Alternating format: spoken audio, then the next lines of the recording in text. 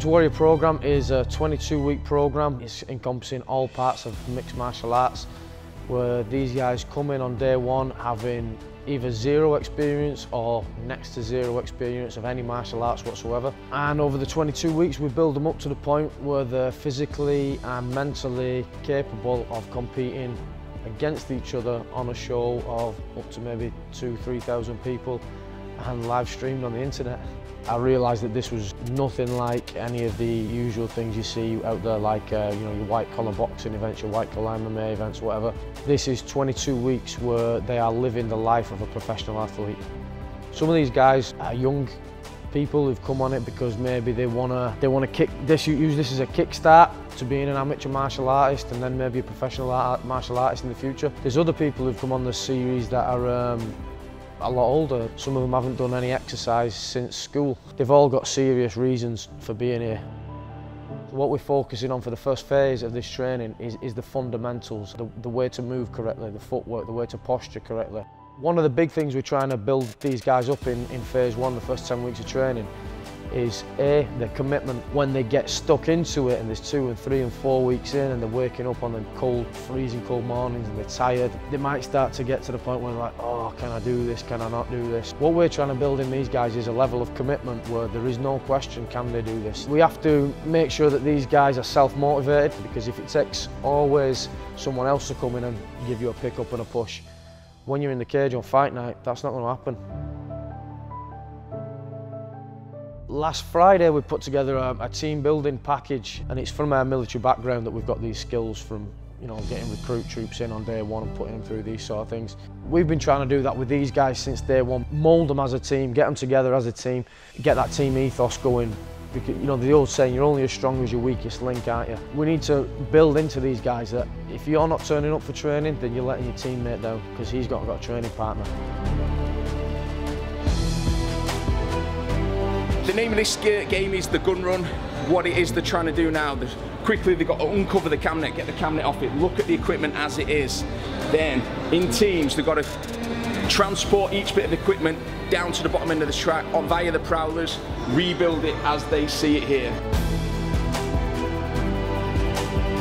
Each player from this team earns 20 seconds by memorising the objects back through there.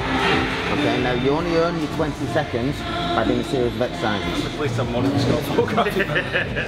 The team objective is to take this individual, even though they're a team, we have to take them individually, develop them through the weaknesses and get rid of these weaknesses. You know, the people might be unself-confident physically. Within the 6-month period, we take them, build up their confidence, we build up their strengths, and at the end of it, we should end up with quite an athlete. Going in towards the car park next door where the go-karting track is, right at the other end of that car park there's a cone. We're going to go round that cone.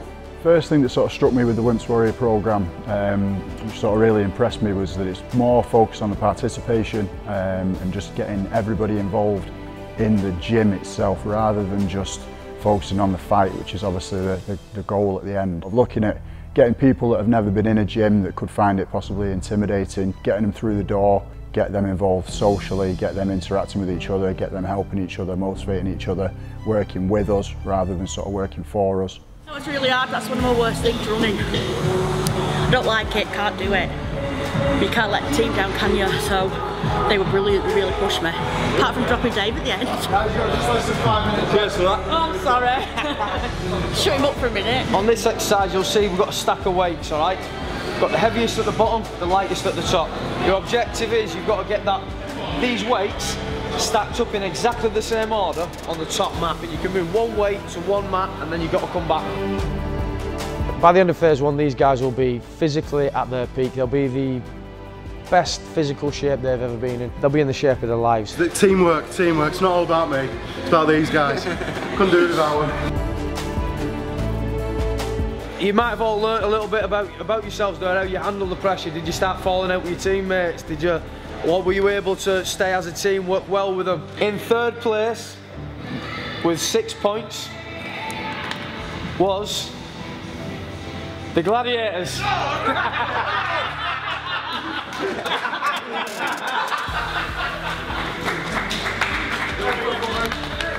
steamrolling ahead with 10 points and won 3 out of 4 games was the Southpaws.